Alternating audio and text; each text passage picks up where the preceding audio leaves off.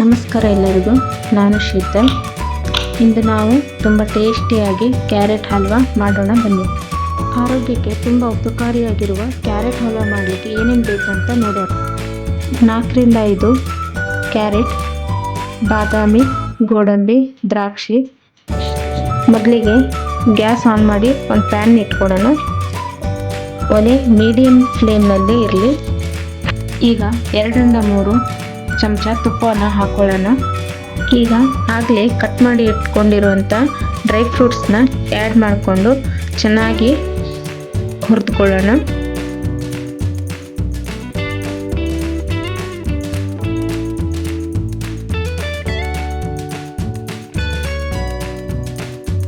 ಆಗಲೇ ತುರಿದಿಟ್ಟುಕೊಂಡಿರುವ ಕ್ಯಾರೆಟ್ನ ಬೆರೆಸ್ಕೊಂಡು ಬೇಯಿಸ್ತಾ ಇರೋಣ. ಹಸಿ ವಾಸನೆ ಹೋಗುವವರೆಗೂ ಬೇಯಿಸ್ತಾ ಇರಬೇಕು.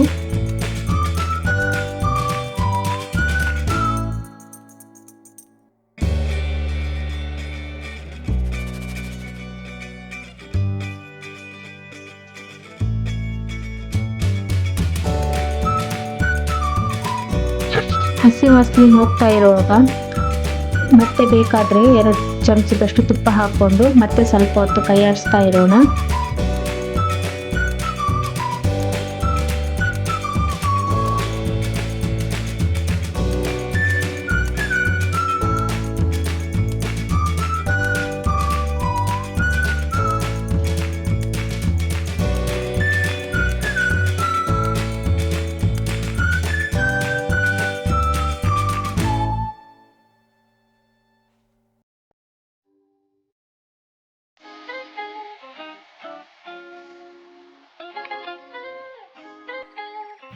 ಈಗ ನೋಡಿ, ಕ್ಯಾರೆಟಲ್ಲಿರುವ ಹಸಿ ವಾಸನೆ ಎಲ್ಲ ಹೋಗಿ ನೀರಿನ ಅಂಶ ಕೂಡ ಬತ್ತಿದಾದ್ಮೇಲೆ 1.5 ಕಪ್ ಅಷ್ಟು ಹಾಲನ್ನ ಹಾಕ್ಕೊಳ್ತಾ ಇದ್ದೀನಿ. ಇಲ್ಲಿ ಹಾಲು ಪೂರ್ತಿ ಕ್ಯಾರೆಟ್ ಮುಳುಗೋವರೆಗೂ ಹಾಲು ಹಾಕ್ಕೊಂಡು ಚೆನ್ನಾಗಿ ಕೈ ಆಡಿಸೋಣ.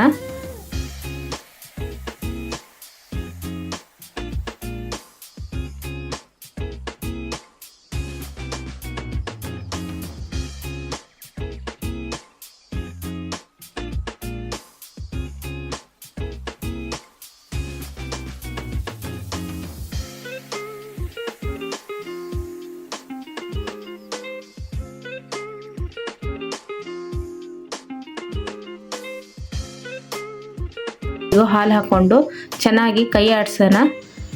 ಅದಾದಮೇಲೆ ಈಗ ಲಿಡ್ನ ಕ್ಲೋಸ್ ಮಾಡಿ ಬೇಯಕ್ಕೆ ಇಡೋಣ.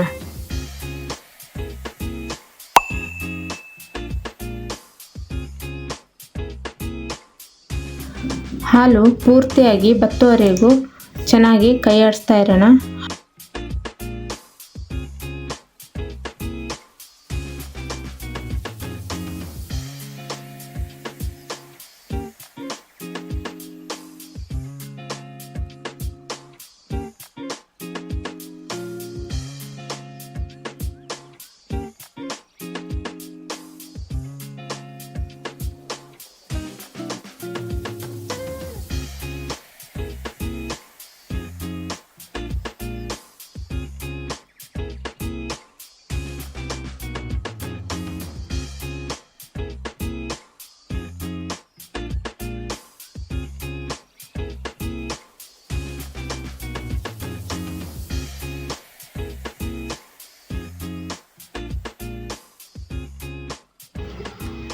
ನೋಡಿ, ಹಾಲು ಪೂರ್ತಿ ಬತ್ತಿದ ಮೇಲೆ 1 ಕಪ್ ಅಷ್ಟು ಸಕ್ಕರೆ ಹಾಕೊಳ್ತಾ ಇದ್ದೇನೆ.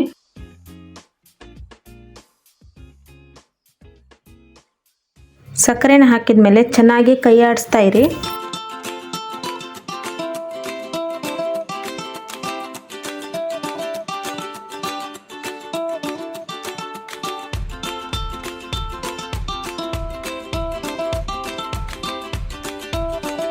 ಹಾಗೆ ಮತ್ತೆ 1 ಸ್ಪೂನಷ್ಟು ತುಪ್ಪನ ಬೆರೆಸೋಣ.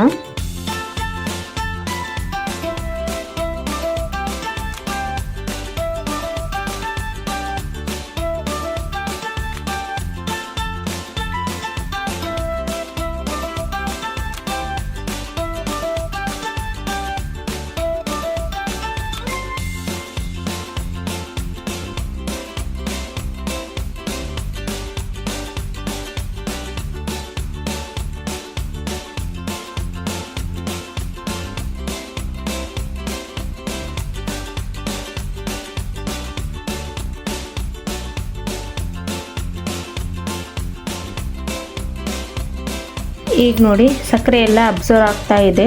ಈಗ ಆಗಲೇ ಕಟ್ ಮಾಡಿ ಇಟ್ಕೊಂಡಿರುವಂಥ ಡ್ರೈ ಫ್ರೂಟ್ಸ್ನ ಆ್ಯಡ್ ಮಾಡ್ಕೊಳ್ಳೋಣ. ಡ್ರೈ ಫ್ರೂಟ್ಸ್ ಹಾಕಿದ್ಮೇಲೆ ಚೆನ್ನಾಗಿ ಕೈ ಆಡಿಸ್ಕೊಳ್ಳಿ ಇನ್ನೊಂದು ಸತ.